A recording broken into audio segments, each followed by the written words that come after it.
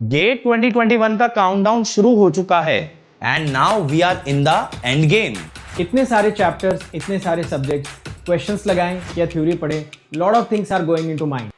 आप सोचते क्या पढ़े क्या छोड़े, कहाँ से पढ़े किससे पढ़े। Unacademy brings you a new crash course where you get complete syllabus with best solutions. आपको मिलेगा हर क्वेश्चन का जवाब हमारे नए क्रैश कोर्स उम्मीद में।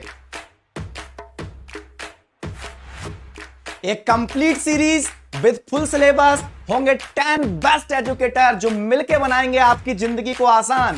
35 दिनों में complete syllabus with best questions. सारे सब्जेक्ट्स बस एक चैनल पे, तो देर किस बात की, हो जाओ तैयार गेट 2021 को क्रैक करने के लिए। तो मिलते हैं 20 दिसंबर को, link in description. Let's crack it.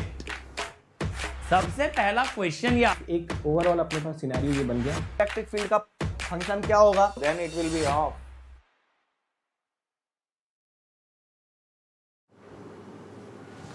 Good morning everybody, good morning, good morning, good morning and welcome to Creatrix channel, welcome to Ummeed batch my dear students. तो बेटा उम्मीद बैच में आप लोगों का स्वागत है और वापस आ गए हैं आपके लिए पावर इलेक्ट्रॉनिक्स का एक और पावर पैक्ड सेशन लेकर के, जिसमें हम डिस्कस करने वाले हैं आज thyristor commutation and single phase inverter. तो ये दोनों टॉपिक आज खत्म करने वाले हैं और फिर कल होगी हमारी लास्ट क्लास जिसमें बात करेंगे 3 फेज इन्वर्टर और बेटा PWM की पल्स विड्थ मॉड्यूलेशन, और वहां पे हमारा कोर्स फिनिश हो जाता है फॉर गेट 2021।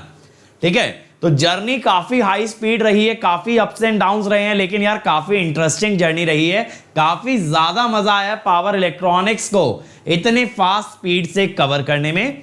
और बच्चों मैं आपको बता दूं कि कल ही मैं ब्रेनस्टॉर्मिंग कर रहा था, आपके लिए बहुत सारे और इनिशिएटिव्स आने वाले हैं, बहुत वंडरफुल इनिशिएटिव्स मैंने प्लान किए हैं जिसके बारे में मैं आपको बहुत ही जल्द बताने वाला हूं, तो उस चीज के लिए तैयार रहना। अब बच्चों सबसे पहले आप लोग क्या करने वाले हो, सबसे पहले बेटा लाइक हिट करने वाले हो, अपनी अटेंडेंस मार्क करने वाले हो, सर को बताने वाले हो कि हम लोग लाइव आ गए हैं, सर आपका लेक्चर अटेंड करने आ गए हैं। तो जल्दी से बेटा वो लाइक वाले बटन के साथ खिलवाड़ कर दिया करो, उसे दबाते चले जाया करो। और इसके अलावा बेटा, इसके अलावा you know that sharing is caring, तो बेटा शेयर करते जाना है, ज्यादा से ज्यादा स्टूडेंट्स तक पहुंचाना है कि अंकित सर लाइव आ गए हैं, बच्चों आ जाओ पावर इलेक्ट्रॉनिक्स कवर करने in the best way possible.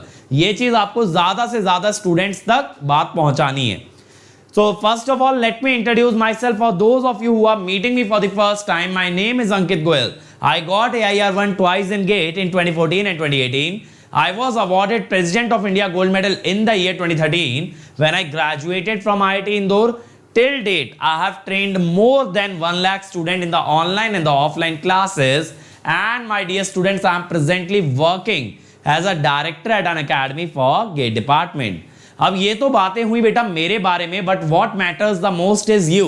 ठीक है, यहां पे मैं ज्यादा मैटर नहीं करता बेटा, ये चैनल ऐसा है, ये इनिशिएटिव ऐसा है जहां आप मैटर करते हो, जहां आपकी नीड मैटर करती है, आपकी रिक्वायरमेंट मैटर करती है, और हम सबका एक ही लक्ष्य है कि आपकी उस उम्मीद को पूरा करना, आपको एक आखिरी उम्मीद देना before GATE 2021 that you can crack it. So guys let's crack it, let's crack it. अब बच्चों आपके साथ ये YouTube चैनल तो है ही जो आपको free of cost initiative provide कर रहा है, लेकिन मैं आपको बच्चों बता दूं ये मंथ अनअकैडमी पे ट्रूली स्पेशल होने वाला है, क्योंकि इतने सारे फ्री इनिशिएटिव आने वाले हैं कि बच्चों मैं पर्सनली इतनी सारी चीजें आपके लिए लेकर के आ रहा हूं कि आपको मजा आ जाएगा, आपको मजा आ जाएगा। ठीक है, कि इतने सारे इनिशिएटिव मैंने इस मंथ के लिए प्लान किए हैं कि आप लोग अमेज हो जाओगे कि how can somebody do like that, how can someone do that much. तो बेटा अगर ये सारे इनिशिएटिव्स का आपको हिस्सा बनना है तो सबसे पहला काम क्या करना है, आपको डाउनलोड कर लेना है अनअकैडमी लर्निंग ऐप, और वहां पे जब आप कोई भी फ्री इनिशिएटिव देखते हैं तो वो आपसे पूछेगा भाई किसने बुलाया जो तुम चले आए, और आप क्या बोलोगे अंकित सर ने बुलाया है, अंकित सर के स्टूडेंट है। How you will tell, by using the invite code Ankit ESE। आप लोग Ankit ESE invite code use करके वहां पे ये बता देंगे कि अंकित सर के इन्विटेशन पे you are there on to the platform, तो सिर्फ अंकित ESE कोड लगा देना। इसके अलावा मेरे बच्चों देखो, मेरी सारी स्पेशल क्लास जो भी मैंने टिल डेट ली हैं वो सब बेटा आपको एक जगह मिल जाती है, tinyurl.com/ankit यहां जो क्लासेस आगे होने वाली हैं they will be available in the upcoming special classes, और बेटा जो क्लासेस हो चुकी हैं they will be available in the subject wise folder. और यहां मैं आपको ये बता दूं कि जो अपकमिंग स्पेशल क्लासेस है ये लिंक आज अपडेट होने वाला है, क्योंकि बेटा आज मैं आपको रिवील करने वाला हूं कि क्या क्या नए इनिशिएटिव्स आप लोगों के लिए आ रहे हैं। तो देखना जरूर आज शाम को कि सर ने अपकमिंग क्लासेस के अंदर क्या कंटेंट डाला है। इसके अलावा मेरे बच्चों अगर मैं आपको बताऊं, इंडिया का सबसे पहला वीडियो बुक हमने लॉन्च कर दिया आपके लिए bit.ly/GateLive। ध्यान ये रखना है कि GateLive should be in upper case and not in lower case. इसमें आपको मिलेंगे इस चैनल के सभी video subject by subject, chapter by chapter, along with their PDF notes. तो बेटा पीडीएफ नोट्स के साथ मिल जाएगा, आपको कुछ लिखने की जरूरत नहीं है। You just have to go to this link and watch your favourite topic, download the notes, you don't need to write anything in your copy. इसके अलावा मेरे बच्चों अगर मैं बात करूं अनअकैडमी सब्सक्रिप्शन की, अनअकैडमी में एक सब्सक्रिप्शन भी ऑफर होता है, तो जब इतना कुछ फ्री में मिलता है तो why should we go for subscription बेटा, क्योंकि सब्सक्रिप्शन सिर्फ और सिर्फ आपकी गेट और ईएससी की तैयारी को कवर नहीं करता, इसके अलावा आपकी प्लेसमेंट को भी कवर करता है, आपके इंटरव्यूज को भी कवर करता है, और बेटा आपके लिए सेमेस्टर एग्जाम को भी कवर करता है, पीएसयू एग्जाम्स को भी कवर करता है, एई असिस्टेंट इंजीनियरिंग के एग्जाम्स को भी कवर करता है। तो जब एक सब्सक्रिप्शन इतनी सारी वाइड वैरायटी ऑफ एग्जाम्स को कवर कर रहा है बेटा, तो that subscription is worth taking, and more importantly you get all the top educators of the country in a single subscription। तो आपको जगह जगह भटकना नहीं पड़ता, सब कुछ एक जगह मिल जाता है, along with the study material, question bank, test series, weekly quizzes और बेटा डाउट क्लियरिंग। डाउट तो यार आना ही आना है, टेक्निकल एजुकेशन है, इतना इजी नहीं है कि बिना डाउट के कोई चीज क्लियर हो जाए, बट हम लोग जब हैं तो डाउट्स के लिए क्या डर है, तो डाउट सॉल्विंग का फीचर आपको मिलता है ऑन अनअकैडमी सब्सक्रिप्शन। तो not only this, Unacademy also offers you an iconic subscription. Iconic बेटा उन बच्चों के लिए जो अपनी तैयारी को ट्रूली आइकॉनिक बनाना चाहते हैं, एक ग्रैंड लेवल पे ले जाना चाहते हैं, क्योंकि यहां पे आपको प्लस के सारे बेनिफिट मिलते हैं along with a personal coach, जो कि आपकी जिंदगी को बनाता है आसान। कैसे कि आपको करना है सिर्फ हार्डवर्क, आपकी पूरी की पूरी स्ट्रेटेजी ये पर्सनल कोच डील करेगा, ये बताएगा कब क्या पढ़ना है, कब उठना है, कब सोना है, कब खाना है, क्या खाना है, सारी चीजें बेटा आपकी डील करेगा और बनवा देगा आपका एक स्टडी प्लानर। और सिर्फ इतना ही नहीं, इंडिया के सारे टॉप एजुकेटर आपके साथ अलग से जूम कॉल पे सेशन कंडक्ट करते हैं, जिन्हें हम कहते हैं स्टडी बूस्टर सेशन। और सिर्फ एजुकेटर्स ही क्यों बेटा, यहां बुलाए जाते हैं टॉपर्स जो आपको बताते हैं उनकी स्ट्रेटेजी क्या थी, ताकि आप लोग अपनी स्ट्रेटेजी अकॉर्डिंगली बना पाएं। और टेस्ट का एनालिसिस बेटा अलग से देते हैं, यानी कि जो सबको दिखती है रिपोर्ट, उसके अलावा आपको 1-to-1 में बताया जाता है कि आपका कहां वीकनेस है, कहां स्ट्रेंथ है, कैसे उस वीकनेस को ओवरकम कर लेंगे। और मिलता है आपको स्टडी मटेरियल, जहां मिलती है थ्योरी बुक्स और क्वेश्चन बैंक बेटा, लेकिन सारा का सारा मटेरियल होगा online, because Unacademy is an online revolution. और एक पूरी की पूरी डेडिकेटेड टीम बेटा आपको मिलती है, जो कि आपका सेम डे सारे डाउट्स को आंसर करती है। तो that sort of a privilege you get when you become a part of iconic. तो बेटा यहां पे अगर आप कोड लगाते हो अंकित ESE, तो कोड एक काम अनेक, क्योंकि यही कोड आपको दिलवाएगा फ्री प्लेटफॉर्म पे एंट्री, यही कोड आपको दिलवाएगा प्लस पे एंट्री, और बेटा यही कोड आपकी प्रिपरेशन को बनाएगा आइकॉनिक।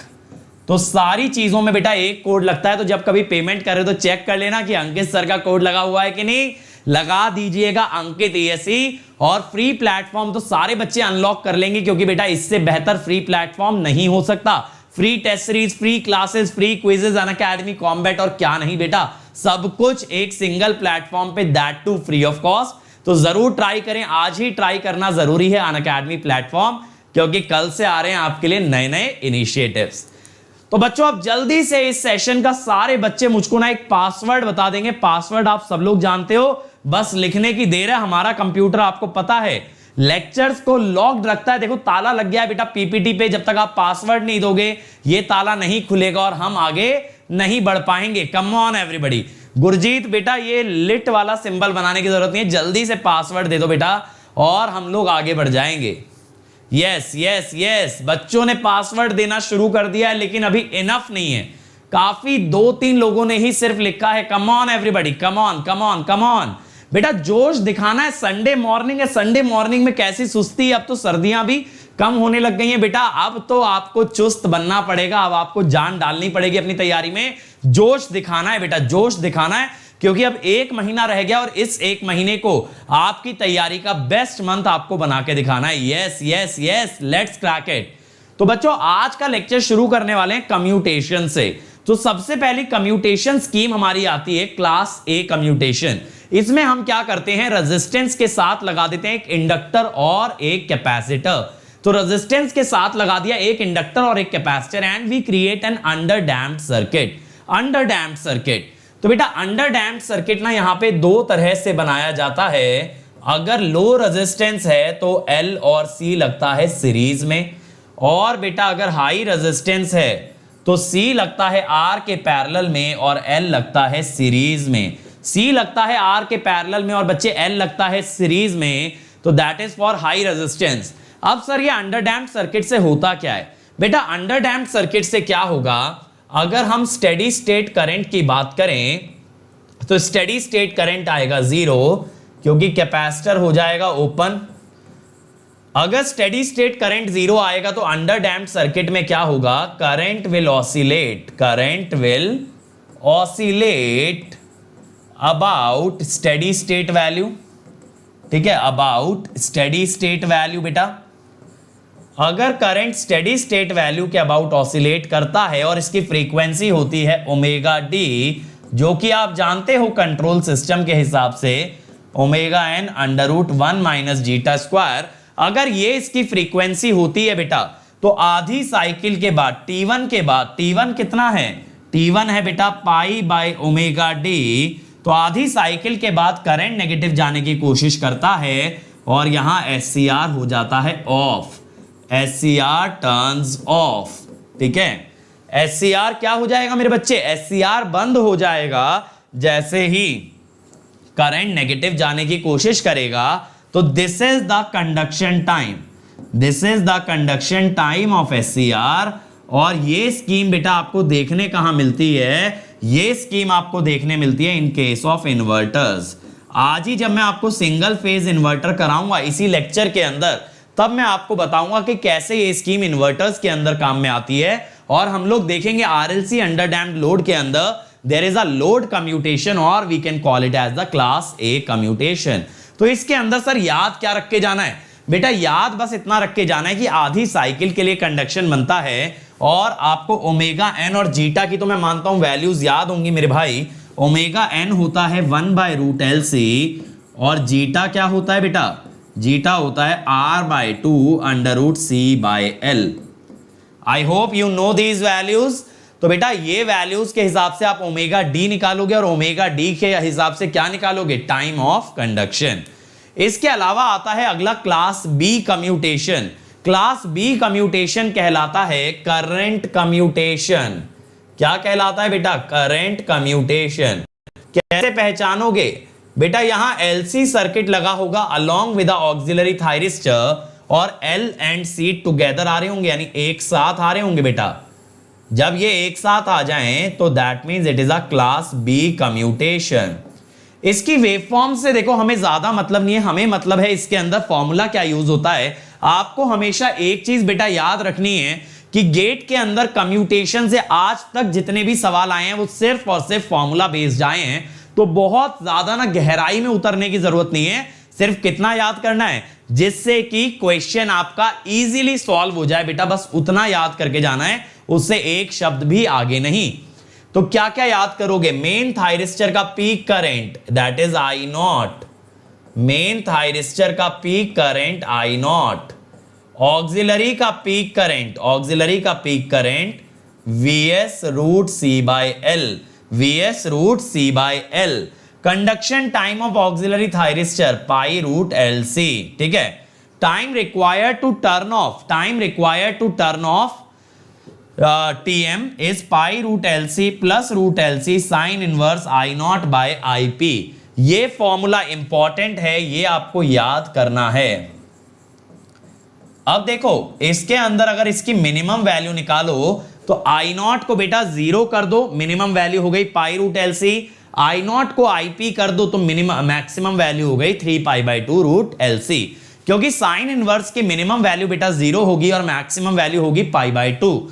तो उस हिसाब से ये मिनिमम और मैक्सिमम टाइम आ जाता है और इस पे भी गेट में एक बार सवाल पूछा गया है। सवाल कैसा पूछा गया था कि मेन थायरिस्टर कितने से कितने टाइम के बीच ऑफ हो जाएगा। तो बेसिकली वो आपसे पूछ रहा था मिनिमम और मैक्सिमम लिमिट। तो मिनिमम होती है पाई रूट एलसी और मैक्सिमम होती है 3π/2 रूट एलसी। अब इसके अलावा देखो सर्किट टर्न ऑफ टाइम क्या होता है यार, यहां पे ये होता है CVR/I0। I0 is the load current और बेटा VR ये है, VR आपका ये रहा, ठीक है, VS cos of sine inverse I0/ICP। लेकिन अगर यहां मॉडिफाइड सर्किट देखें, अगर आप मॉडिफाइड सर्किट की बात करो जिसके अंदर एक एंटी पैरेलल डायोड है, मॉडिफाइड सर्किट में क्या आ गया एक extra, there is an anti parallel diode. तो बेटा फिर यहां पे आपका सर्किट टर्न ऑफ टाइम क्या होता है, सर्किट टर्न ऑफ टाइम क्या होता है, π-2 साइन इनवर्स, ठीक है, π-2 sine inverse I0/ICP into root LC। तो ये होता है सर्किट टर्न ऑफ टाइम। तो बेटा दो सर्किट टर्न ऑफ टाइम है, एक बिना एंटी पैरेलल डायोड के और एक with anti parallel diode. With anti parallel diode π-2 theta type से बनता है और without anti parallel diode CVR/I0।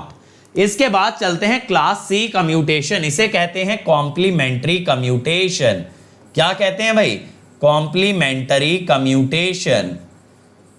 अब क्लास C कम्यूटेशन के अंदर हमें क्या करना पड़ता है यार, कॉम्प्लीमेंट्री क्यों कहते हैं कॉम्प्लीमेंट्री इसलिए कहते हैं कि जब कभी एक थायरिस्टर को ऑन करोगे ऑटोमेटिकली दूसरा थायरिस्टर रिवर्स बायस होके हो जाता है ऑफ। तो एक थायरिस्टर को ऑन करने से जब दूसरा ऑफ हो जाए, that is called as the complementary commutation. क्या कहलाता है बेटा, कॉम्प्लीमेंट्री कम्यूटेशन। अब यहां पे पहले थायरिस्टर का पीक करंट क्या होता है, पहला थायरिस्टर अगर ऑन है तो बेटा एक करंट ऐसे डायरेक्टली जाएगा और एक करंट ऐसे घूम के आएगा। तो जो करंट डायरेक्टली जा रहा है दैट इज VS/R1, जो घूम के आ रहा है दैट इज 2VS/R2। सर ये 2VS कैसे हो गया बेटा, ये मैक्सिमम वैल्यू आ रही है 2VS/R2। इसके लिए कैपेसिटर की इक्वेशन लिख के CdV/dt लगाया जाता है, तो वहां तक जाने की जरूरत नहीं है। और ऐसे ही बच्चे जब दूसरा थायरिस्टर ऑन करोगे तो एक करंट देखो ऐसे डायरेक्टली जाएगा, इन दैट केस VS/R2, और एक करंट ऐसे जाएगा, पर्पल वाली लाइन आप देखो तो वो हो जाएगा 2VS/R1, ठीक है। और सर्किट टर्न ऑफ टाइम, पहले थायरिस्टर का दूसरे का R2ClN2, पहले का R1ClN2। T1 के अंदर यूज करोगे R1 और T2 के अंदर यूज करोगे बेटा R2। अब बहुत बार क्या होता है बच्चों, आपको दिया होता है डिवाइस टर्न ऑफ टाइम यानी कि TQ। ये डिवाइस टर्न ऑफ टाइम क्या होता है बच्चे, ये होता है मैन्युफैक्चरर स्पेसिफिकेशन जो बताता है SCR को ऑफ होने में इतने सेकंड लगेंगे, इतने माइक्रो सेकंड या इतने नैनो सेकंड लगेंगे, उसे कहते हैं डिवाइस टर्न ऑफ टाइम। लेकिन हम उससे ज्यादा टाइम देंगे उसे ऑफ होने के लिए ताकि हम लोग सेफ रहें, हम लोग ये मेक श्योर कर पाए कि थायरिस्टर बंद हो रहा है। क्योंकि अगर हमने उतना टाइम नहीं दिया तो हो सकता है थायरिस्टर ढंग से ऑफ ना हो पाए। इसीलिए हम कहते हैं कि circuit turn off time is basically safety factor into device turn off time. Usually ये जो सेफ्टी फैक्टर होता है ना यार, ये यूजुअली 2 होता है, ये यूजुअली 2 होता है, यानी मैन्युफैक्चरर स्पेसिफिकेशन से दुगना हम लोग टाइम देते हैं for circuit turn off time, circuit turn off time, ठीक है। अब देखो इसके अंदर क्या होगा बेटा कि अगर आप कैपेसिटेंस निकालो तो कैपेसिटेंस बेटा दो वैल्यूज आ सकती हैं, एक थायरिस्टर 1 के हिसाब से और एक थायरिस्टर 2 के हिसाब से।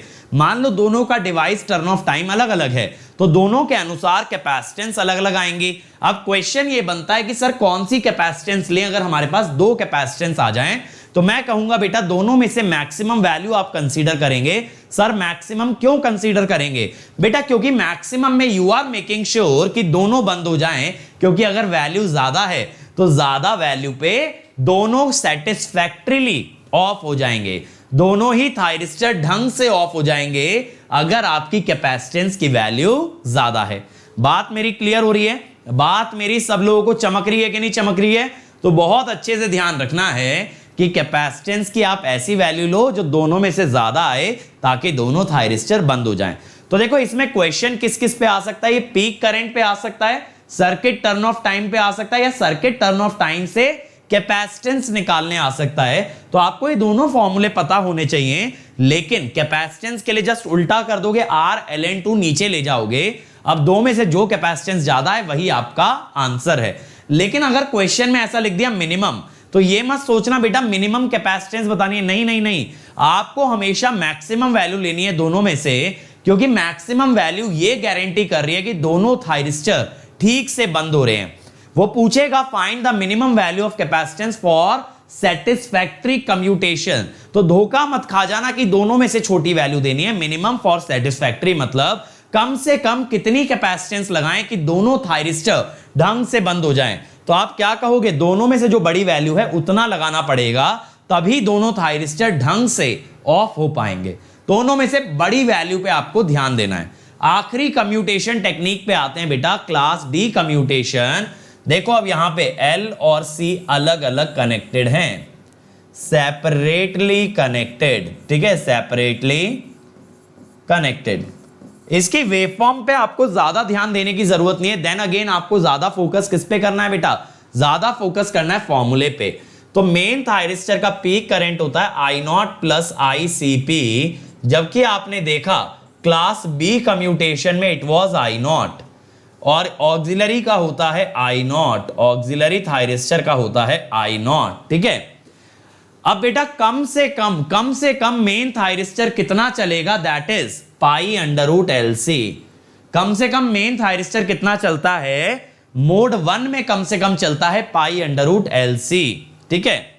अब इसके बाद सर्किट टर्न ऑफ टाइम, ये बहुत इंपॉर्टेंट है बेटा, CVS/I0, CVS/I0। तो जैसा आपने देखा क्लास बी के अंदर CVR/I0 था, क्लास डी के अंदर ये है CVS/I0। फिर ऑक्सिलरी का सर्किट टर्न ऑफ टाइम होता है बेटा π/2√LC, π/2√LC। This is not important, ये ज्यादा इंपॉर्टेंट नहीं है भाई, ठीक है। अब इसके अंदर में मोस्ट इंपॉर्टेंट फॉर्मूला कौन सा है बेटा, मोस्ट इंपॉर्टेंट फॉर्मूला है ये 10th वाला, V0 एवरेज, V0 एवरेज। तो यहां पे आपको क्या याद रखना है, बक कन्वर्टर की तरह बस T(on/T) नहीं आता, T(on + 2TCM आता है, और TCM कितना है, CVS/I0, CVS/I0।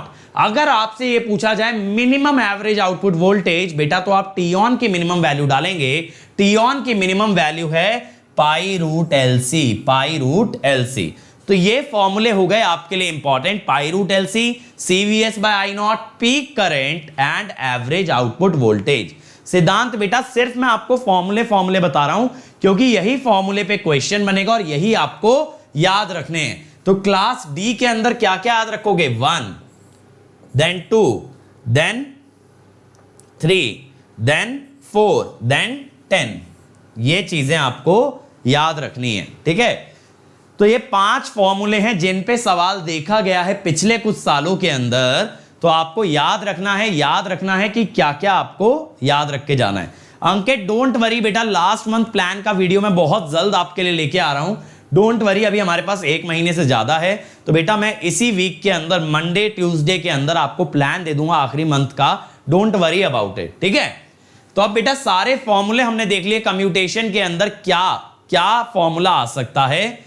सर कम्यूटेशन से कितने क्वेश्चन आते हैं बेटा, किसी भी टॉपिक से एक से ज्यादा सवाल तो आ ही नहीं सकता, सिंपल सी बात है ना। गेट में 65 क्वेश्चन है 12 सब्जेक्ट से, तो 1 क्वेश्चन पर टॉपिक से ज्यादा नहीं आता। इसीलिए आपको किस चीज पे फोकस करना है, एक एक क्वेश्चन पे, है ना। चलो फर्स्ट क्वेश्चन भाई, the figure shows a chopper device S1 is the main switching device, S2 is the auxiliary commutation device, ठीक है।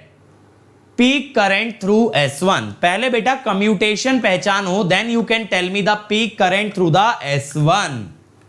चलो कम ऑन एवरीबॉडी।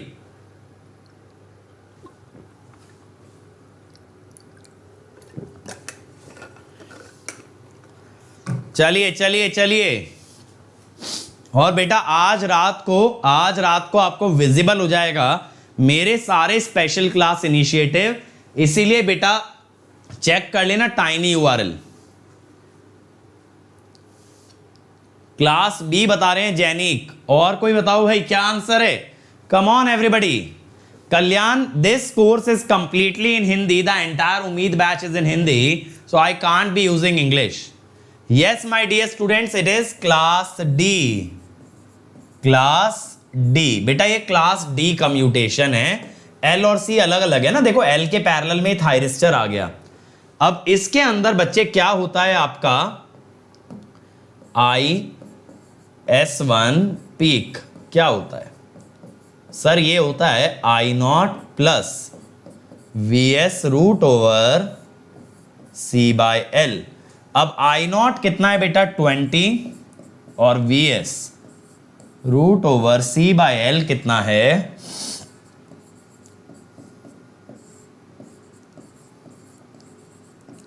माइक्रो से micro cancel, it is 40 ampere. तो आंसर इज डी. देखो कितना easy था. Answer D था. Question class D है और आंसर भी डी है. ठीक है, तो आपको ये देखना है बेटा एल और सी अगर एक साथ सीरीज में कनेक्टेड हैं तो ये है क्लास बी, तब आंसर आता I0. अगर दोनों अलग अलग कनेक्टेड हैं तो क्लास डी, तब I0 plus VS under root C/L. चलो अगला सवाल. अब वोल्टेज कम्यूटेटेड चॉपर, इसमें तो बता ही दिया क्लास डी है. Employs a thyristor of turn off time 100 microsecond. Factor of safety is two average output voltage. Average output voltage बहुत इजी है बेटा, बहुत इजी है. आपको बता दिया है इसने, आपको बता दिया है कि क्या आपका टर्न ऑफ टाइम है, क्या आपका सेफ्टी फैक्टर है. आपको बताना है एवरेज आउटपुट वोल्टेज. बहुत इजी है. चलिए फ्रीक्वेंसी भी बताई होगी. हाँ फ्रीक्वेंसी बताइए भाई 500 हर्ट्स. अभी मैंने आपको बताया ना एवरेज आउटपुट वोल्टेज का फॉर्मूला बहुत इंपॉर्टेंट है, याद रहना चाहिए. उसी फॉर्मूले पे इसने तुरंत आपसे क्वेश्चन पूछ लिया है, एवरेज आउटपुट के फॉर्मूले पे. चलो जल्दी से बना दो भाई. कम ऑन एवरीबॉडी. और बेटा परसों से इसी टाइम स्लॉट में पंकज सर स्टार्ट कर देंगे आपका कंट्रोल का क्रैश कोर्स, और मैं पावर सिस्टम का स्टार्ट करूंगा 10 जनवरी से at 7:30 PM to 9:30 PM. Kamesh sir वाले स्लॉट के अंदर मैं आपका स्टार्ट करने वाला हूं पावर सिस्टम. तो जैसे ही कामेश सर का कोर्स खत्म होता है वहां मेरा पावर सिस्टम आ जाएगा. रजनीश और रामजीत कह रहे हैं बी. चलो देख लेते हैं. देखो V0 एवरेज क्या होगा, VS T on plus 2TC by T. ठीक है, अब यहां TC कितना होगा मेरे भाई? TC होगा safety factor into TQ. Safety factor है 2, TQ है 100 माइक्रोसेकेंड. ठीक है, 220 800 plus 2 into 200 by 500 hertz. 500 hertz का मतलब है 1/500 इज द पीरियड, और ये सब माइक्रो में चल रहा है. तो 1200 माइक्रो सेकेंड, तो यानी 1.2 मिली सेकेंड, और ये कितना हो जाएगा 2 मिली सेकेंड. ठीक है, तो 0.6 तो 132 वोल्ट. 132 क्लोजेस्ट तो यार यही बन रहा है सी. बी कैसे निकाला बेटा? सेफ्टी फैक्टर भी तो करोगे. सेफ्टी फैक्टर 2 दे रखा है ना. थायरिस्टर का डिवाइस टर्न ऑफ टाइम दिया है ये, तो इसको पहले सर्किट टर्न ऑफ टाइम में कन्वर्ट किया. अब ऑन टाइम दे रखा है 800 प्लस 400 1200 हो गया, तो 1.2 मिली हो गया, और ये हो गया 2 मिली सेकेंड.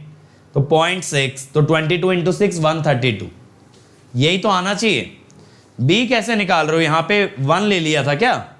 हाँ आप लोगों ने 1 ले लिया है. फिर आप लोगों ने सर्किट टर्न ऑफ टाइम नहीं बनाया, तब आपका बी आ रहा है. आप लोगों ने डिवाइस टर्न ऑफ टाइम से ही सॉल्व कर दिया है. ठीक है, चलो अगला ट्राई करो भाई. A voltage commutated chopper is shown which operates at a frequency of 400 Hz and 50% duty ratio. Load current remains constant at 10 ampere. Supply is 200 volt and device is ideal.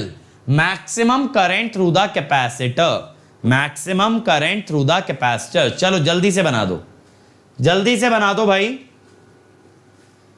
Capacitor का peak current पूछ रहा है, capacitor का बेटा peak current पूछ रहा है। ये थोड़ा सा कंसेप्चुअल क्वेश्चन है, मैं बताऊंगा क्यों। क्योंकि ये सिर्फ और सिर्फ फॉर्मूले पे डिपेंडेंट नहीं है। जितने फॉर्मूले हमने देखे हैं वो तो ठीक है, लेकिन इस क्वेश्चन में और भी कॉन्सेप्ट लगेगा, सिर्फ और सिर्फ फॉर्मूले से नहीं बन पाएगा। चलिए जल्दी से बनाइए भाई, जल्दी से बनाइए, क्योंकि इसके बाद मैं आपको सिंगल फेज इन्वर्टर भी कराने वाला हूं और उसके भी न्यूमेरिकल लगवाने वाला हूं। और कल होगा हमारा last lecture 3 phase inverter plus PWM. Rajnish और बिपिन ने दे दिया है आंसर सी। बाकी लोग बताइए भाई, बाकी लोग भी बताइए।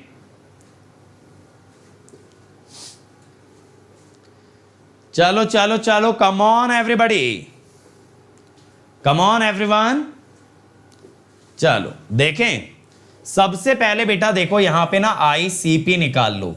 आईसीपी क्या होगा? VS root over C by L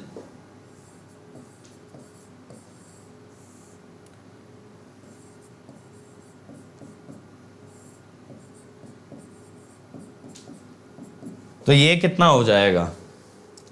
220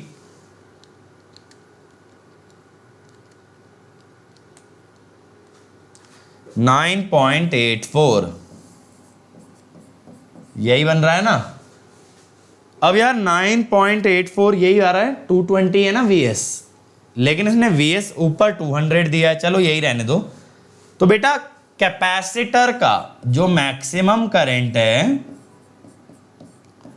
वो ना ये होगा maximum of ICP and I not. अब आई नॉट तो 10 है तो आंसर आएगा 10। क्या होता है ना, देखो कैपेसिटर में जब एलसी सर्किट बनता है बेटा तब तो ये आईसीपी वाला ही करंट आता है, लेकिन कैपेसिटर में मोड नंबर 3 के अंदर करंट ऐसे भी जाता है, ये 10 एम्पियर। तो ये जो लाल वाला करंट है ये बनता है मोड नंबर 1 में, और ये जो पर्पल वाला है ये बनता है मोड नंबर 3 में। अब कैपेसिटर का मैक्सिमम करंट पूछा है तो मैंने दोनों करंट का मैक्सिमा ले लिया, दोनों में से जो ज्यादा है वही कैपेसिटर का मैक्सिमम करंट है, तो आंसर इज सी। चलो next question, again voltage commutation circuit is shown. VS आपको दिया है, एल और सी दिया है। Circuit turn off time for auxiliary thyristor. बेटा ये मुझे नहीं लगता आपको याद होगा, फिर भी मैं बता देता हूं। It is pi by 2 root L C. ठीक है, वैसे ऐसा क्वेश्चन गेट में आएगा नहीं जो इतना घुस के फॉर्मूला लगवाया जाए, तो pi by 2 into under root L C. L और सी कितना है? 24 इंटू 52, 55.49 माइक्रो सेकेंड। ठीक है, ये फॉर्मूला मैंने आपको याद करने के लिए नहीं बोला था, इसीलिए ये क्वेश्चन मैंने लगवा दिया, इसीलिए मैंने ये क्वेश्चन खुद ही लगवा दिया आपके लिए, क्योंकि ये फॉर्मूला आपको याद करके नहीं जाना। चलो next one, class C commutation पे आ गया। आर की वैल्यू 10 ओम दी है, वीडीसी 100 वोल्ट दिया है, थायरिस्टर का टर्न ऑफ टाइम है 50 माइक्रो सेकेंड। आपको ये बताना है कितना कैपेसिटेंस लगाना पड़ेगा for turn off. What capacitance do you need to use for turn off? चलिए चलिए चलिए, कम ऑन एवरीबॉडी।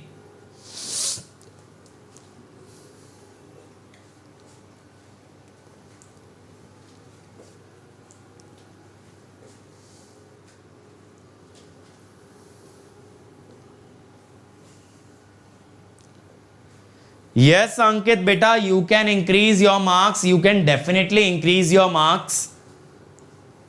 बस राइट स्ट्रैटेजी की बात है। और मैंने ना इस मंथ में आपके लिए बहुत सारे ऐसे सेशन प्लान कर रखे हैं। अब लगातार आपके लिए ऐसे मोटिवेशनल स्ट्रैटेजी सेशन आते जाएंगे, है ना। आप लोगों को घबराने की जरूरत नहीं है। सी बता रहे हो, चलो देख लेते हैं यार। आर दिया है 10 ohm thyristor, turn off time is 50 micro second. तो capacitance is TC by R ln2, 50 by 10 ln2। कितना आ रहा है ये 5/ln2 7.2। ठीक है, जब तक सेफ्टी फैक्टर ना गिवन हो ना तब तक यही मान लेना turn off time circuit turn off time ही है। जब सेफ्टी फैक्टर दे दे तब हम क्या कहते हैं कि टर्न ऑफ टाइम जो गिवन है वो है device turn off time into safety factor will give us the circuit turn off time. चलो next question, impulse commutated chopper feeds an inductive load. Impulse commutation का मतलब voltage commutation. The source voltage is 220 volt, chopping frequency 400 hertz. Turn off time for main thyristor is 18. The current through the main thyristor is limited to 1.8 times the constant load current. Safety factor is 2. We need to find L and C. Impulse commutation का मतलब है voltage commutation, क्योंकि बेटा इसके अंदर भी ना suddenly turn off आता है, सडन टर्न ऑफ आता है, इसीलिए इसको क्या कह देते हैं, इंपल्स कम्यूटेशन। चलो आपसे एल और सी पूछा है। रुपेश बेटा अनलोडेड कंडीशन में सिमेट्रिकल फॉल्ट में वोल्टेज का वैल्यू होता है 1∠0, लोडेड कंडीशन में ऐसा नहीं होता। अगर आप मेरे लेक्चर्स देखेंगे you will get to know. चलिए कम ऑन एवरीबॉडी,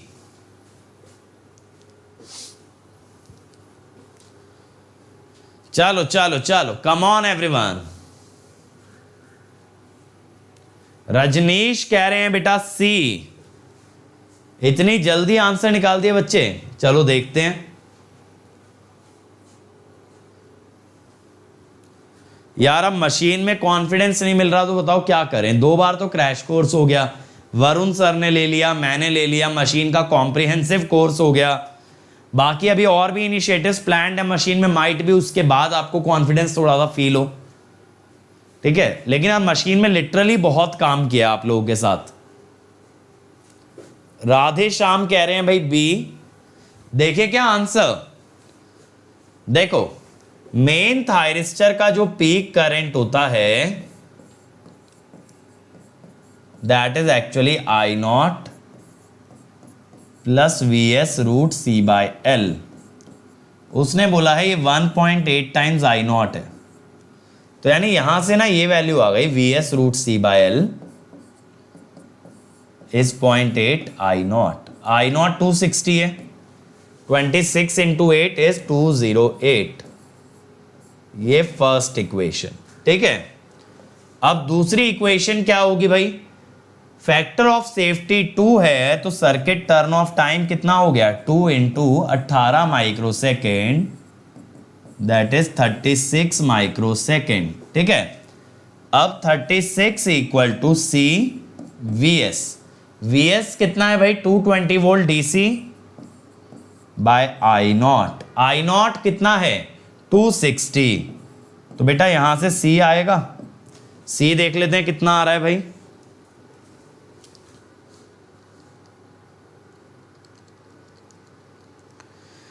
42.54 ये आ गया। तो एल भी निकाल दोगे यहां से भाई फर्स्ट इक्वेशन से, तो from first L is equal to 208 220/208 answer square into 42.54 47.59। तो आंसर आ गया सी। रजनीश का आंसर बिल्कुल सही था भाई सबसे पहले। ठीक है, तो बिल्कुल करेक्ट आंसर है सी। ये बात क्लियर हो गई भाई। चलो अब अगला क्वेश्चन देखो भाई, अगला क्वेश्चन, अब voltage commutated chopper has the following parameter VS है, लोड के पैरामीटर गिवन है, कम्यूटेशन सर्किट के पैरामीटर गिवन है, कांस्टेंट लोड करंट दिया है 80 ampere, the effective on period, effective on period, effective on period क्या होता है बेटा, T on plus 2TC, T on plus 2TC। वही तो वी एवरेज के अंदर न्यूमरेटर में आता है, वी एवरेज के अंदर न्यूमरेटर में जो वैल्यू आती है T on plus 2TC, that is called as the effective on period. तो जल्दी से बनाएंगे सब लोग इसको, कम ऑन एवरीबॉडी, बहुत इजी क्वेश्चन है यार। आप सब लोग इसको तुरंत पेल दोगे, ये मुझे पता है, इसमें टाइम नहीं लगने वाला आप लोगों को। ठीक है, लोड का करंट भी दे दिया 80 एम्पियर।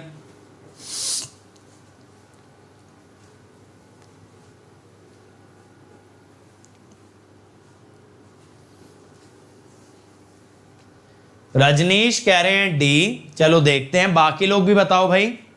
रजनीश काफी अच्छा परफॉर्म कर रहे हैं हमारे यूट्यूब चैनल पे। वेरी वेल डन रजनीश बेटा, इसी तरीके से आपको आगे बढ़ते जाना है और इस साल एक बेहतरीन रैंक लेके आना है। काफी हाई कंसिस्टेंसी है और हाई एक्यूरेसी भी है, स्पीड भी अच्छी है, बहुत ही बढ़िया। चलो चलो चलो, बाकी लोग भी बनाए भाई।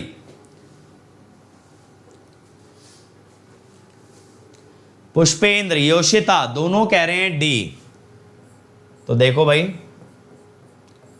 T on effective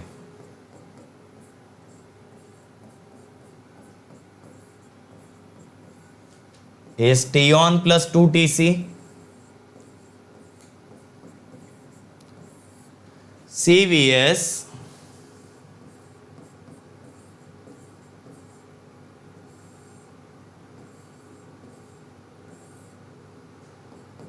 by I naught. ठीक है,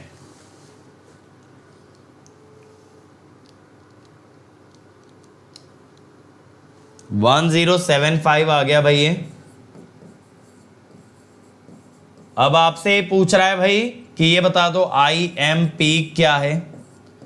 ये भी आप जानते हो, I naught plus V S root over C by L 80 plus 220। Commutation circuit parameter है 50/20।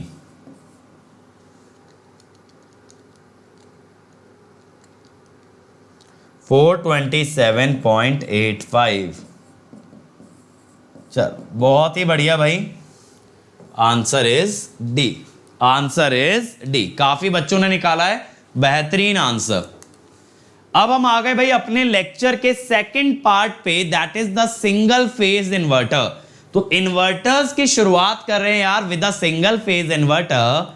अब सिंगल फेज इन्वर्टर में सबसे पहले अगर बेसिक्स की बात करें इन्वर्टर्स की, यार दो तरह के इन्वर्टर्स होते हैं, एक होता है VSI और एक होता है CSI। ठीक है, एक होता है VSI, एक होता है बेटा CSI। अब VSI क्या होता है? जिसके अंदर इनपुट पे लगी होती है वोल्टेज। जहां सप्लाई में एक वोल्टेज सोर्स हो जाए उसी को तो बोलोगे वोल्टेज सोर्स इन्वर्टर। ठीक है, वोल्टेज सोर्स इन्वर्टर। तो बेटा जहां सप्लाई है एक voltage source, that is voltage source inverter. और बेटा जहां सप्लाई आ जाए एक current source, that is the current source inverter. अब इन दोनों में मेजर डिफरेंस क्या होता है? वोल्टेज सोर्स इन्वर्टर के अंदर यार आउटपुट पे जो वोल्टेज आती है वो सप्लाई वोल्टेज पे डिपेंड करती है, यानी V0 depends on VS but I0 depends on load. V0 depends on VS but I0 depends on the load. So that is called as voltage source inverter. तो V0 is a function of VS but I0 is a function of load. ऐसे CSI में I0 is a function of IS. Output current is a function of supply current but V0 is a function of load. ठीक है, current source inverter में load का current source के current से आएगा, लेकिन लोड का वोल्टेज किस पे डिपेंड करेगा? लोड पे। तो दोनों एक तरह से डुअल हो गए ना। फिर VSI में जो डिवाइस यूज होती है बेटा, that is by directional and unipolar, क्योंकि वोल्टेज तो फिक्स है तो यूनिपोलर, लेकिन करंट लोड पे डिपेंड कर रहा है इसीलिए बाई डायरेक्शनल। ऐसे CSI में उल्टा होता है, वहां करंट सोर्स पे डिपेंड कर रहा है तो यूनिडायरेक्शनल, बट वोल्टेज लोड पे डिपेंड कर रही है इसीलिए बाइपोलर।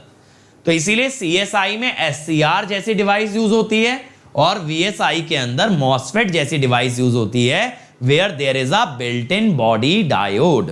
ठीक है, ये बात क्लियर हो गई।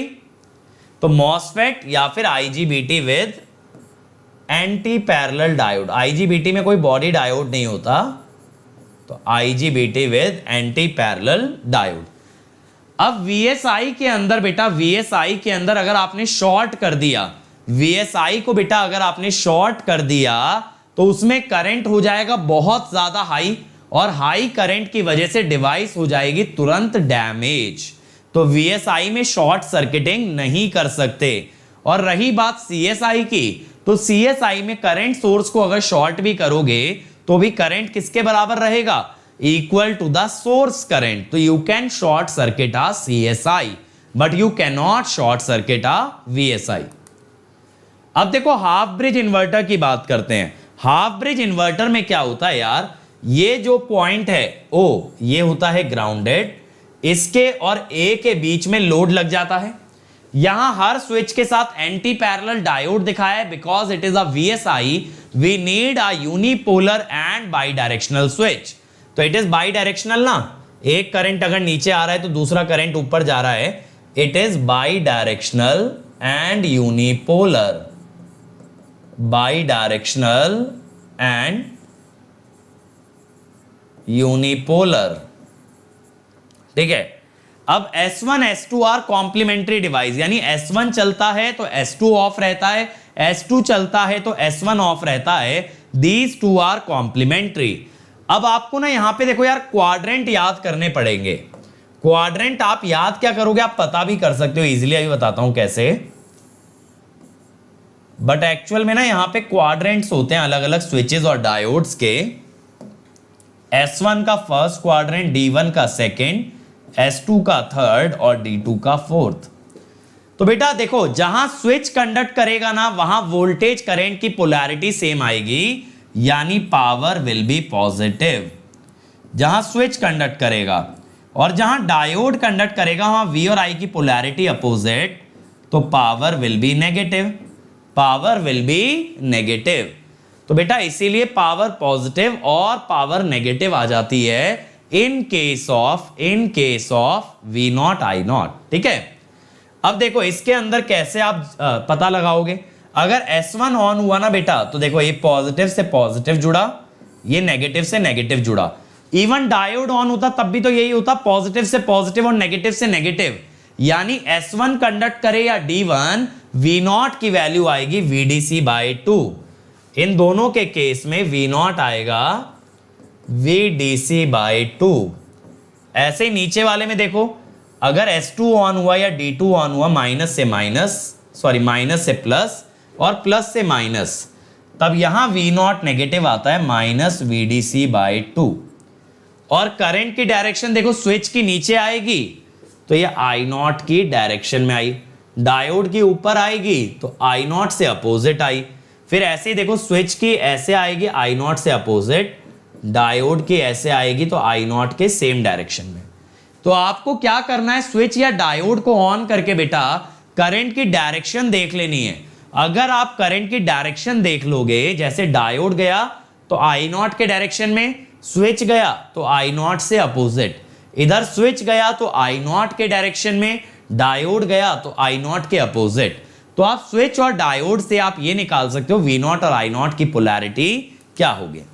अब देखो अगर वेवफॉर्म की बात करें यार, तो 0 से D/2, ठीक है, 0 से T/2 IG1 कंडक्ट करेगा, T/2 से T IG2, यानी 0 से T/2 पहली हाफ साइकिल में S1 को ऑन करेंगे और दूसरी हाफ साइकिल में S2 को ऑन करेंगे। जब S1 ऑन होगा बेटा तो VDC/2, S2 ऑन होगा माइनस VDC/2। उत्कर्ष बेटा कम्यूटेशन के अंदर सिर्फ और सिर्फ फॉर्मूले थे, इसीलिए हम कम्यूटेशन को इतना फास्ट लेके गए। वहां कोई कॉन्सेप्ट ही नहीं सीखना है, बस फॉर्मूला आपको याद रखना है। और अगर आपको फॉर्मूला याद है तो सारे सवाल बन जाएंगे। अब इन्वर्टर में कंसेप्चुअल है तो इन्वर्टर को हम थोड़ा स्लो लेके जाएंगे, ठीक है। अब देखो अगर रेजिस्टिव लोड की बात करें यार, तो रेजिस्टिव लोड में करंट का वेवफॉर्म एग्जैक्टली वोल्टेज जैसा आता है। V और I का वेवफॉर्म सेम आता है। रेजिस्टिव लोड में V and I have the same waveform. फिर देखो RL लोड के अंदर exponential charging, discharging, charging, discharging, charging. अब यहां पे देखो, यहां पे इस रीजन में आपका वोल्टेज तो पॉजिटिव है लेकिन करंट नेगेटिव है। इसीलिए आप किसकी बात कर रहे हो बेटा यहां पे, D1 की। D1 में वोल्टेज पॉजिटिव है, करंट नेगेटिव। फिर फाई से लेके पाई तक यहां वोल्टेज भी पॉजिटिव और करंट भी पॉजिटिव। आप कहोगे सर वोल्टेज का कैसे पता, बेटा इस ग्राफ से। ये जो ग्राफ मैंने आपको दिखाया था ना, इसमें वोल्टेज पॉजिटिव है 0 से T/2, तो यहां S1 आ गया। फिर देखो इस वाले रीजन के अंदर देखो, यहां वोल्टेज तो नेगेटिव है, T/2 के बाद वोल्टेज नेगेटिव है, लेकिन करंट आपका पॉजिटिव है, तो ये आ गया D2। फिर दोनों नेगेटिव हैं तो आ गया S2।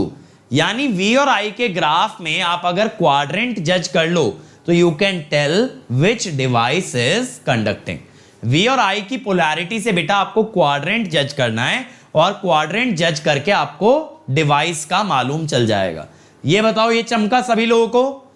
ये चमका करना क्या है, वोल्टेज का ग्राफ देखना है, करंट का ग्राफ देखना है, और पोलैरिटी से ये जज कर लेना है कौन सी डिवाइस कंडक्टिंग है, कौन सी डिवाइस कंडक्टिंग है।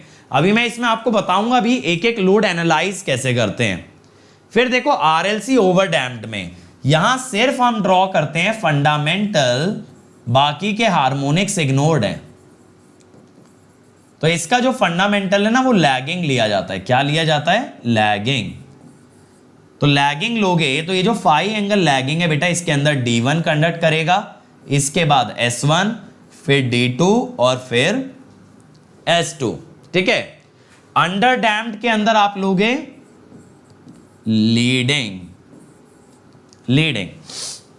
तो यहां पे इस वाले रीजन में S1 कंडक्ट करेगा, फिर D1, फिर S2 and then D2। Clear हो रहा है भाई सब लोगों को? जल्दी से बताओ, क्लियर हो रहा है सबको कि क्या बन रहा है? और बेटा जब प्योरली इंडक्टिव लोड होगा तो वोल्टेज स्क्वायर वेव है, current is the integration of voltage, current is the integration of voltage, तो करंट इज ट्रायंगुलर। चॉपर में स्ट्रेट लाइन था, यहां ऐसा क्यों नहीं हुआ? बेटा देखो, चॉपर के अंदर हमने क्या किया था, चॉपर के अंदर हमने बोला था कि बहुत हाई इंडक्टेंस होने के कारण exponential curve became a linear curve. वहां पे टाउ बहुत ज्यादा हाई था, तो यहां पे हमने ऐसा कोई कंडीशन थोड़ी लगाया। मैंने तो इन जनरल बोला आरएल लोड है, मैंने नहीं बोला इसका टाउ बहुत ज्यादा हाई है। बिल्कुल बिल्कुल नितिन, आर लोड के अंदर D1 D2 कंडक्ट नहीं करते, सारे पॉइंट्स अभी लिखेंगे। ठीक है। अब देखो फुल ब्रिज इन्वर्टर पे आ जाओ। फुल ब्रिज इन्वर्टर में क्या होता है कि यहां पे जो डीसी सप्लाई है इसके साथ लोड नहीं कनेक्ट करते, लोड कनेक्ट करते हैं स्विचेस के बीच में, स्विचेस के बीच में। यहां पे बेटा क्या होता है ना, देखो 0 से T/2, 0 से T/2 आप ऑन करते हैं Q1 और Q2 को। किसको ऑन करते हैं? Q1 और Q2 को। फिर T/2 से T तक आप ऑन करते हो Q3 और Q4 को। किसको ऑन करते हो? Q3 और Q4। यहां दो स्विच एक बार में कंडक्ट करेंगे। ठीक है। ये टफ लग रहा है बेटा, टफ क्यों लग रहा है? एक वोल्टेज के अंदर मात्र एक स्क्वायर वेव आ गई है और बाकी करंट की वेव फॉर्म लोड के साथ वेरी कर रही है। इंडक्टिव लोड में ट्रायंगुलर, आरएल में एक्सपोनेंशियल, आर लोड में सेम एज वोल्टेज। सिंपल तो है गुरजीत, बस एक स्क्वायर वेव ही तो बेटा वोल्टेज के अंदर आ रही है ना, VDC/2 और माइनस VDC/2 की। ठीक है भाई। तो यहां पे एक साथ दो स्विचेस कंडक्ट करते हैं बेटा, तो जब Q1 Q2 ऑन होते हैं तो V0 इज VDC, और जब Q3 Q4 होते हैं तो माइनस VDC, उल्टे टर्मिनल जुड़ते हैं। अब देखो यहां भी क्वाड्रेंट बन जाते हैं, जैसे मैंने आपको हाफ वेव रेक्टिफायर में बनवाया V0 I0। तो बेटा जब Q1 Q2 यानी जब स्विचेस कंडक्ट करते हैं तो आता है फर्स्ट क्वाड्रेंट। जब एंटी पैरेलल डायोड कंडक्ट करेगा, एंटी पैरेलल डायोड कंडक्ट करेगा तो करंट रिवर्स हो जाएगा। करंट रिवर्स हो गया तो डायोड किस में ले गया? सेकंड में। अब मैंने आपको क्या बताया था, स्विचेस जब कंडक्ट करते हैं बेटा तो V और I की पोलैरिटी हमेशा सेम आती है। तो Q3 Q4 आ गए थर्ड क्वाड्रेंट में। किस में आ गए भाई? थर्ड क्वाड्रेंट में। और बेटा फिर अगर डायोड ने कंडक्ट किया तो वापस से करंट की पोलैरिटी रिवर्स हो जाएगी, तो यहां आ जाएगा D3 D4। समझ गए? Q1 Q2 कंडक्ट करेंगे तो बेटा VI दोनों पॉजिटिव, Q3 Q4 करेंगे तो VI दोनों नेगेटिव, और डायोड कंडक्ट करेंगे तो मेरे बच्चे करंट रिवर्स हो जाता है, वोल्टेज की पोलैरिटी रहती है सेम। ठीक है, क्वेश्चन भी कराएंगे रोहित, अभी इस पे क्वेश्चन भी कराएंगे। मुझे बताओ यहां तक चमका सब लोगों को? तो देखो डायोड को ना ट्रिगरिंग की जरूरत नहीं है। डायोड कब आ रहा है? जब बेटा करंट रिवर्स हो रहा है। ऑन तो हम लोग स्विच को कर रहे हैं, लेकिन डायोड अगर करंट रिवर्स हो जा रहा है तो ऑन हो जा रहा है। डायोड और स्विच बेटा एक साथ कैसे कंडक्ट करेंगे गजेंद्र? एंटी पैरेलल है ना बेटा। जब दो डिवाइस एंटी पैरेलल हैं तो वो एक साथ कैसे कंडक्ट कर सकती हैं? एक साथ करंट दो दिशा में कैसे फ्लो कर सकता है? दिमाग लगाओ बेटा। एक बार में करंट दो डायरेक्शन में जा सकता है क्या? खुद सोचो। ठीक है, तो बेटा जब करंट रिवर्स कर जाएगा ना, जब ऑटोमेटिकली स्विच की जगह कौन ऑन हो जाएगा? डायोड। डायोड आप कंट्रोल नहीं करते हो। अब देखो यहां पे क्या होगा यार कि V0 जो आएगा ना वो स्क्वायर वेव आएगी, जिसकी मैक्सिमम होगी Vs और मिनिमम होगी -Vs, या ये कह दो VDC और -VDC। अब R लोड के अंदर तो बेटा सेम ग्राफ आएगा, R लोड के अंदर तो सेम ग्राफ आएगा वोल्टेज वाला। L लोड के अंदर क्या होगा भाई? L लोड के अंदर क्या होगा? लीनियर बनेगा, लीनियर बनेगा L लोड के अंदर। अब बेटा RL लोड के अंदर कैसा आएगा? एक्सपोनेंशियल। ये गलत बना हुआ है, लीनियर एक्सपोनेंशियल आता है। ठीक है, यहां पे क्या आना चाहिए? एक्सपोनेंशियल। ठीक है, अब RLC ओवरडैम्प्ड में क्या आ रहा है? लैगिंग। ओवरडैम्प्ड में क्या आ रहा है बेटा? लैगिंग। और अंडरडैम्प्ड में क्या आ रहा है मेरे बच्चे? लीडिंग। ठीक है, बेसिक है, यही लोड्स हैं, इसके अलावा कोई लोड नहीं आता। अब देखो अगर R लोड की बात करें, R लोड में सबसे पहले क्या याद रखना है? V and I, V0 and I0 have same waveform। ठीक है, पहला पॉइंट। दूसरी बात, diodes do not conduct, half bridge हो या फुल ब्रिज ये चीज सेम रहेगी। Diodes do not conduct. ठीक है, diodes do not conduct. Electrical machine 2 पढ़ाइए। सौरभा बेटा मैंने तो दोनों मशीन्स पढ़ा दी, सारी मशीन पढ़ा दी, उनका क्रैश कोर्स भी करा दिया। अब ये कौन सी रह गई? गजेंद्र देखो मैंने यहां पे क्वाड्रेंट बताए बेटा, क्वाड्रेंट बताए। अब V और I का ग्राफ देख के ये देख लो V की पोलैरिटी क्या है और I की, वहां से क्वाड्रेंट मिल गया, क्वाड्रेंट से डिवाइस मिल गई। ठीक है, समझ आया बात? V का पोलैरिटी चेक कर लो किसी भी टाइम पे, और I का पोलैरिटी, V और I के पोलैरिटी से पता लगाओ क्वाड्रेंट, और क्वाड्रेंट से डिवाइस। ठीक है, चलो diodes do not conduct.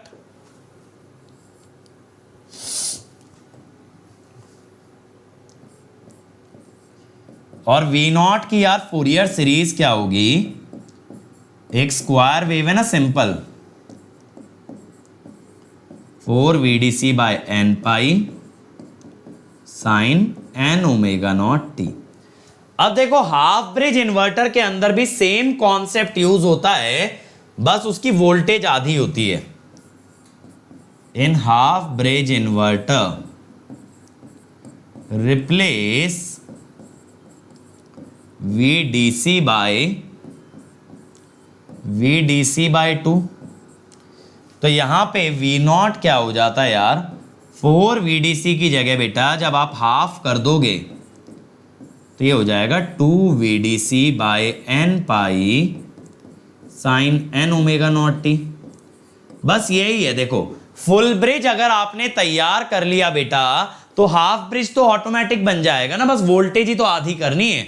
Full bridge आपको पता होना चाहिए, और हाफ ब्रिज के अंदर वोल्टेज को हाफ कर देना, you will get the result, you will get the result. अब अगला क्या है भाई? Purely inductive load. अब देखो प्योरली इंडक्टिव लोड में हम क्या कहते हैं कि अगर ये -IP है तो ये +IP है। अब देखो इसके अंदर क्या करना होता है,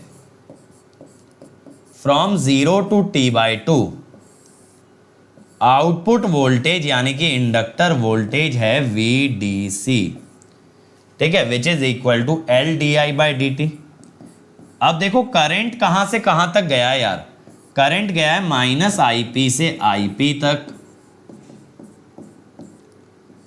ओवर T/2 इज VDC। तो बेटा यहां से IP कितना हो गया, VDC बाय 4FL, ये हो गया आपका पीक करंट।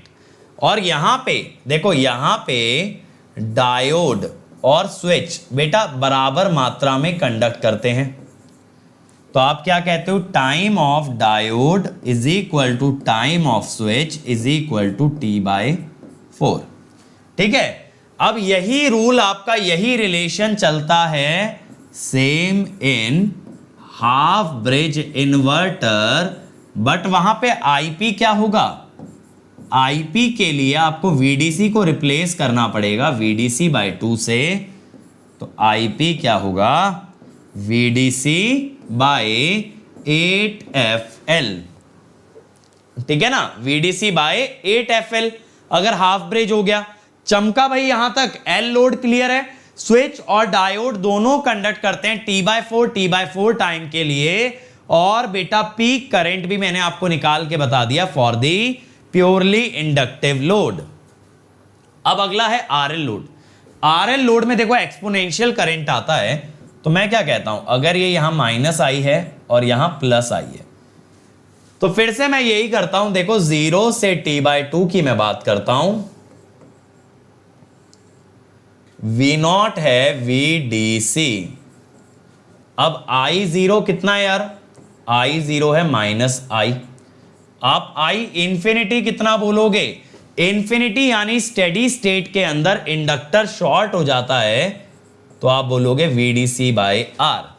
तो आप ना यहां से IT लिख सकते हो, इंडक्टर का करंट I इंफिनिटी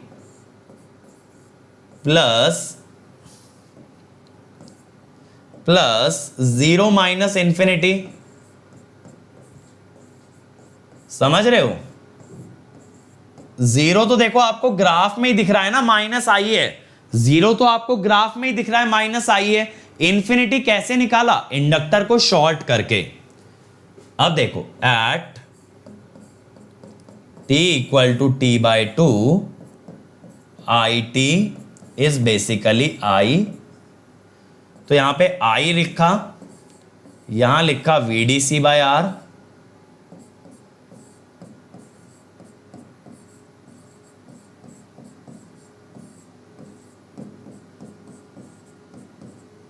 ठीक है।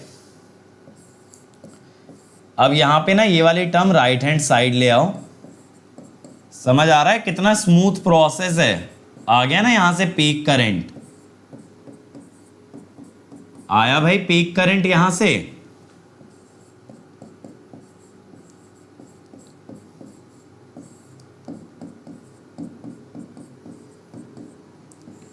देखो ये आ गया। और हाफ ब्रिज इन्वर्टर में क्या कर दोगे भाई, VDC की जगह लिख दोगे VDC/2। हाफ ब्रिज इन्वर्टर के अंदर you will replace VDC/2। In half bridge inverter replace VDC/VDC/2, ठीक है। ये क्लियर हुआ। वेवफॉर्म समझ नहीं आया बेटा, देखो जब वोल्टेज पॉजिटिव है तो इंडक्टर चार्ज हो रहा है, जब वोल्टेज नेगेटिव है तो डिस्चार्ज हुआ, फिर वोल्टेज पॉजिटिव तो चार्ज, और फिर वोल्टेज नेगेटिव तो discharge. In case of three-phase full bridge rectifier, if it is working in reverse conduction mode, बेटा रिवर्स कंडक्शन होता कहां पे है, ये चीज बताओ। रिवर्स कंडक्शन का मतलब तो ये हुआ ना, थायरिस्टर ब्रेकडाउन हो गया, तो आप ब्रेकडाउन में कैसे चला लोगे, रिवर्स ब्लॉकिंग तो होता है, रिवर्स कंडक्शन में थोड़ी चलाते हैं, ठीक है भाई। अच्छा अब एक चीज और देखो, अगर मैं आपसे ये पूछूं T1 फॉर कंप्यूटिंग T1 का क्या मतलब है, T1 का मतलब है conduction time of diode, conduction time of diode. और भाई एक कमेंट पोस्ट करके थोड़ा सा टाइम भी दोगे आंसर करने का कि पेलते चले जाओगे पहले से ही पहले? तो बेटा इसके लिए क्या करना पड़ेगा, make I T equal to 0। यहां पे देखो करंट 0 दिख रहा है ना, तो आई टी 0 करके निकाल लो। यहां पे आई टी 0 कर दो और आंसर आ जाएगा। अरे तो फायरिंग एंगल ग्रेटर देन 90 में रिवर्स कंडक्शन थोड़ी हुआ मेरे बच्चे। V0 का एवरेज ही तो नेगेटिव आया, वो रिवर्स कंडक्शन थोड़ी है। रिवर्स कंडक्शन का मतलब है करंट उल्टा फ्लो करे, वोल्टेज उल्टे से मतलब नहीं है। करंट अगर रिवर्स डायरेक्शन में फ्लो करे अमरेंद्र बेटा, उसे रिवर्स कंडक्शन कहते हैं, ना कि V0 की एवरेज वैल्यू को नेगेटिव होने पे। अब देखो RLC लोड यार, RLC लोड के अंदर दो पॉसिबिलिटी है, अंडर डैम्प्ड और ओवर डैम्प्ड। आज ही मैंने आपको बताया अंडर डैम्प्ड के अंदर आता है लोड कम्यूटेशन, या फिर जिसे कहते हैं class A commutation, class A commutation. अब इसके अंदर देखो ये वाला एंगल होता है फाई, यहां पे आपको क्या मिलेगा, लोड कम्यूटेशन। अब आप कहोगे सर हम कैसे मान ले लोड कम्यूटेशन मिल रहा है? बेटा देखो यहां पे T1 T2 ने कंडक्ट किया, फिर आया D1 D2। जब थायरिस्टर के बाद उसका एंटी पैरेलल डायोड आया, जब थायरिस्टर के बाद उसका एंटी पैरेलल डायोड आया तो उसके कंडक्ट करते ही थायरिस्टर हो गया रिवर्स। भाई दो डिवाइसेस अगर आपस में अपोजिट डायरेक्शन में लगी हैं तो एक फॉरवर्ड होगा तो दूसरा बाय डिफॉल्ट क्या हो जाएगा, रिवर्स। तो यानी जितनी देर तक बेटा D1 D2 कंडक्ट करते हैं उतनी देर तक T1 T2 रिवर्स रहते हैं। सर अब ये पहले क्यों नहीं हुआ? देखो पहले बेटा डायोड्स पहले आ गए और थायरिस्टर बाद में आए। देखो D1 D2 पहले और T1 T2 बाद में। लेकिन अगर किसी डिवाइस को ऑफ करना है, अच्छा एक चीज सोचो, जैसे मान लो पंखा है, घर के पंखे को ऑफ करना है तो चलते हुए पंखे को ऑफ करोगे ना, बंद पंखे को ऑफ थोड़ी कर सकते हो। अब यहां डायोड पहले आ गया, यानी पहले रिवर्स कर रहे हो और बाद में चला रहे हो, ऐसे ऑफ नहीं होता। पहले चलने दो और बाद में रिवर्स करो। बात चमक रही है? पहले T1 T2 कंडक्ट कर गए, उसके बाद ही तो उसे रिवर्स करके ऑफ करोगे, कि कंडक्शन से पहले ही ऑफ कर दोगे। तो इसीलिए अब तक डायोड पहले आ रहे थे बिफोर थायरिस्टर, लेकिन जब लीडिंग पावर फैक्टर बनता है तब डायोड थायरिस्टर के बाद में आता है। लीडिंग पावर फैक्टर में डायोड थायरिस्टर के बाद में आता है और वहां लोड कम्यूटेशन दिखता है। चमका के नहीं, चमका के नहीं, पहले थायरिस्टर चला, बाद में डायोड आया, उसने थायरिस्टर को कर दिया रिवर्स बायस। ये बात क्लियर हुई कि नहीं हुई? जल्दी बताओ। तो diode should conduct after thyristor for load commutation, otherwise there can not be load commutation. Is that clear? Is that clear to everybody? तो अब यहां पे यार सर्किट टर्न ऑफ टाइम होता है फाई बाय ओमेगा। अगर बेटा लीडिंग की बात कर रहे हो तो फाई में XC माइनस XL लिखोगे, XC minus XL by R, tan inverse XC minus XL by R। चमका? तो यहां पे क्वेश्चन क्या पूछ लेगा यार, या तो कैपेसिटेंस निकलवा लेगा या सर्किट टर्न ऑफ टाइम निकलवा लेगा। अभी कराऊंगा इसका क्वेश्चन भी, लेकिन बात क्लियर हो गई, बात क्लियर हो गई। ओवर डैम्प्ड और अंडर डैम्प्ड में क्या फर्क है? अंडर डैम्प्ड में आता है लोड कम्यूटेशन, ओवर डैम्प्ड में आपको कम्यूटेट अलग तरह से करना पड़ेगा, अपने आप ऑफ नहीं होगा। लेकिन अंडर डैम्प्ड में थायरिस्टर के बाद जब डायोड कंडक्ट करेंगे तो वो ऑटोमेटिकली ऑफ हो जाएगा। इज दैट क्लियर और नॉट? टेल मी, क्लियर हुआ कि नहीं हुआ भाई? जल्दी से बताएं सभी लोग, इज दैट क्लियर? चलो तो देखो ये अंडर डैम्प्ड का बता दिया है, यहां पे अंडर डैम्प्ड का बता दिया है। पहला क्वेश्चन, गजेंद्र बेटा 3 फेज इन्वर्टर में नहीं आएगा PWM, don't worry about it, मैं कराऊंगा कल PWM, जितना मैं कराऊंगा उतना सफिशिएंट है, घबराओ नहीं।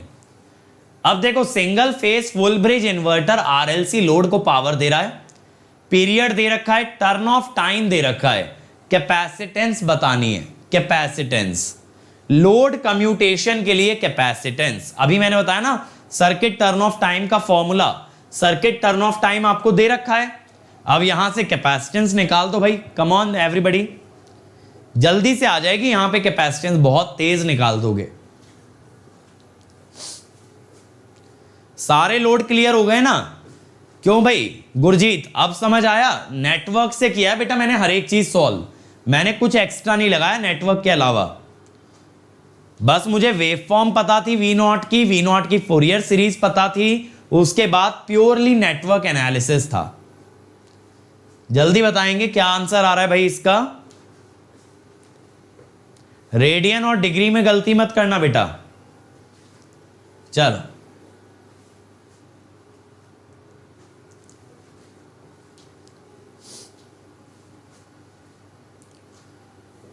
एक्सेल नहीं दिख रहा तो बेटा एक्सेल है 12, आर है 3।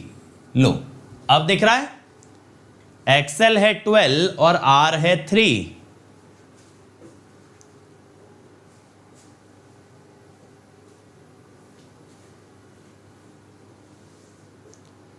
आया भाई आंसर? रजनीश कह रहे हैं डी, ध्रुव कह रहे हैं सी। चलो देखते हैं, बाकी लोग भी निकालो भाई, स्वाति, गुरजीत, अंकित, योशिता, आप लोग भी बताओ भाई।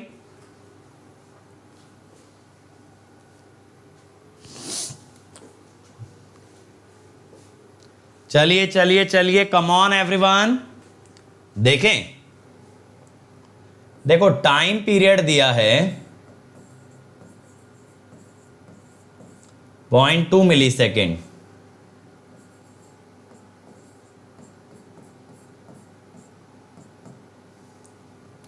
टू पाई, ये हो गया ओमेगा, ओमेगा इंटू टी सी,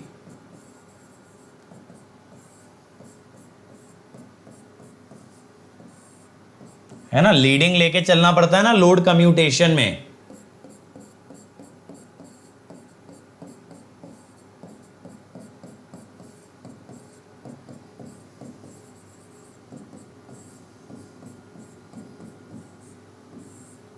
ये ध्यान रखना, एक्सएल माइनस एक्ससी मत कर देना, गलत आ जाएगा। कमलेश अभी तो दिखाया था बेटा मैंने डायोड कंडक्ट करते हुए ट्रायंगुलर वेवफॉर्म में कि डायोड और थायरिस्टर, डायोड और थायरिस्टर बराबर कंडक्ट करते हैं बेटा, अभी तो मैंने शो किया।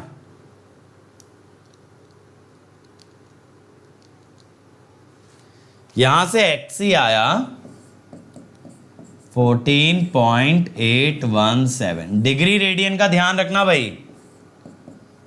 अब capacitance 1 by omega T C,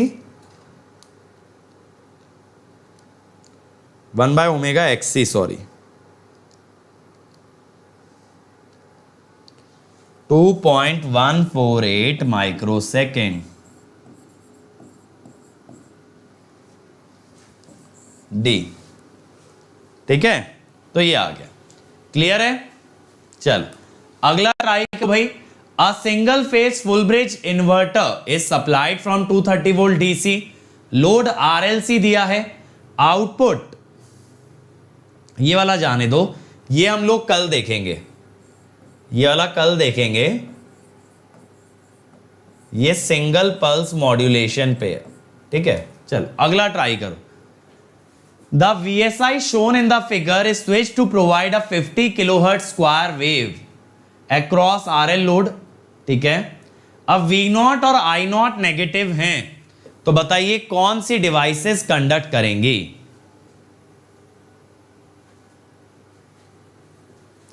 mix question बेटा 5 तारीख से शुक्ला जी, 5 तारीख से सुबह 10 बजे डेली, यानी परसों से।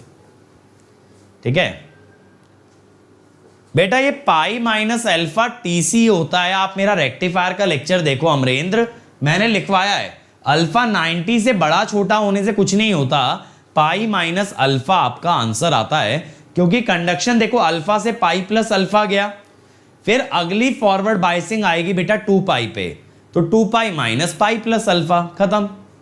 क्या रहा है? बी बिल्कुल सही जवाब। V नॉट और I नॉट नेगेटिव है, तो दिस इज बेटा third quadrant, this is third quadrant. और इसमें आप जानते हो Q3 एंड Q4 कंडक्ट, आई मैंने लिखवाया था, तो ऐसा भी सवाल आ जाता है। चलो अगला बनाओ।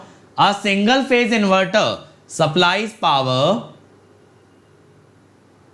यहां थायरिस्टर टर्न ऑफ टाइम 1.2 है, सर्किट टर्न ऑफ टाइम दिया है। अब की बार फिर से सी पूछा है, चलो अब की बार फिर से सी पूछा है, बना दो यार जल्दी से, come on everybody. Again it is asking C, come on everyone, चलो चलो चलो। अब बेटा पावर इलेक्ट्रॉनिक्स का बढ़िया रिवीजन हो गया या नहीं हो गया, ये बताओ। पावर इलेक्ट्रॉनिक्स में अब पकड़ महसूस हो रही है। बाकी और भी इनिशिएटिव लाऊंगा अभी गेट से पहले पावर इलेक्ट्रॉनिक्स पावर सिस्टम में, जिससे कि ना आपका एकदम मन खुश हो जाएगा कि सर अब तो छोड़ के ही नहीं आएंगे, अब तो पेल देंगे एकदम एग्जाम के अंदर। बिल्कुल ऐसे ही आपकी क्या कहते हैं, मनोबल कह सकते हो, कॉन्फिडेंस कह सकते हो, इतना हाई हो जाएगा कि नहीं यार अब तो बन जाएगा। ठीक है, अभी काफी कुछ कराने वाला हूं बेटा। मेरे हिसाब से 30 days is a great time, 30 days is a good enough time in order for me to do something that can make your life easy.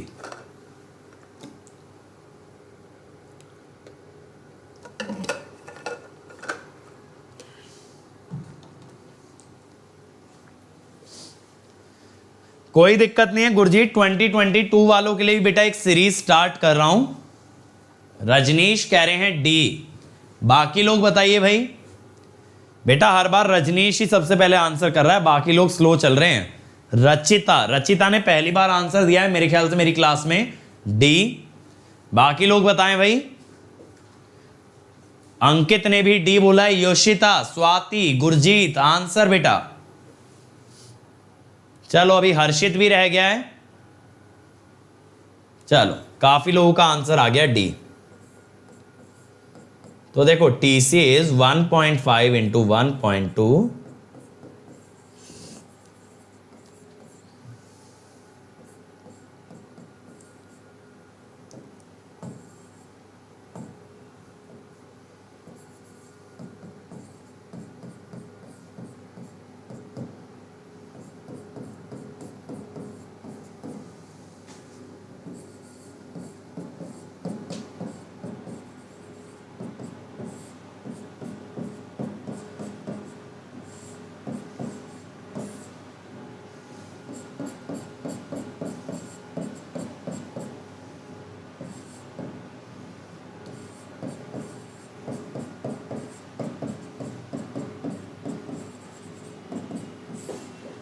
XC हमें नहीं पता, XL है 12, R है 3। अब देखो हम यहां पे निकालेंगे आंसर।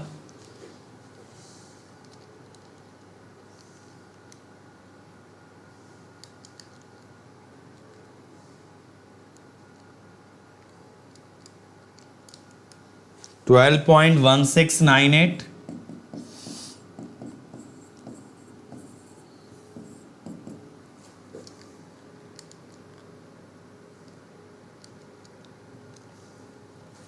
2.62 माइक्रोफैरेड, ये आ गया डी, ये आ गया आपका डी। ठीक है भाई, तो इस टाइप से आपको सिंगल फेज इन्वर्टर बेटा तैयार करना है ताकि सारे क्वेश्चन आप इजीली क्रैक कर पाएं। अब जैसा देखो मैंने आपको बताया कि गेट 2022 और 23 वाले एस्पायरेंट एक न्यू ईयर रेजोल्यूशन ले सकते हैं बेटा कि एक तगड़ी तरीके से फोड़ना है अगला एग्जाम, और इस न्यू ईयर रेजोल्यूशन को आप लोग हमारे साथ शुरू कर सकते हो, अपनी जर्नी आप हमारे साथ शुरू कर सकते हो विद आर न्यू बैच जो कि कल स्टार्ट हो रहा है। कल से बेटा नया बैच स्टार्ट हो रहा है गेट 2022 और 2023 के लिए। आप इस बैच का हिस्सा बन सकते हो using the code Ankit ESE।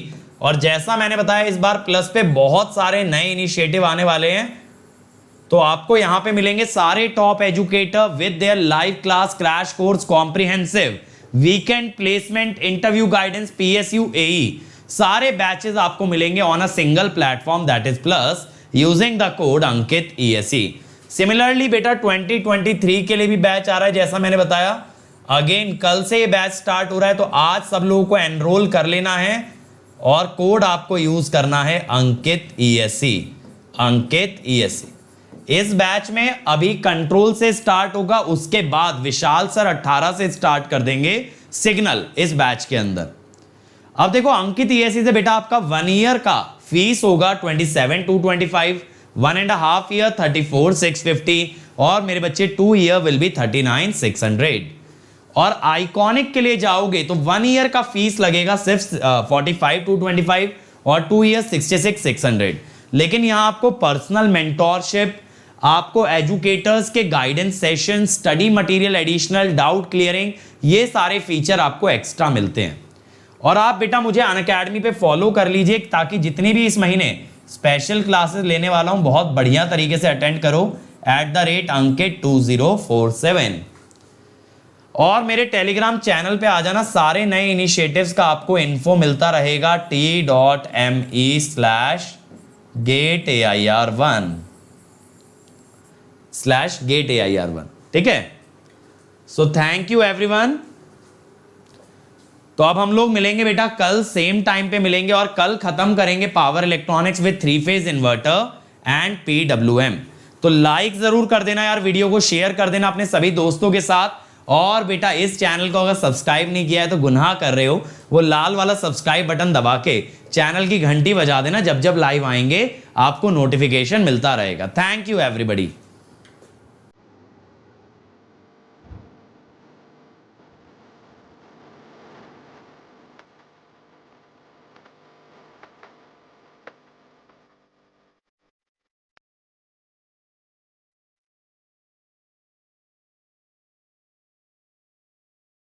Gate 2021 का काउंटडाउन शुरू हो चुका है and now we are in the end game.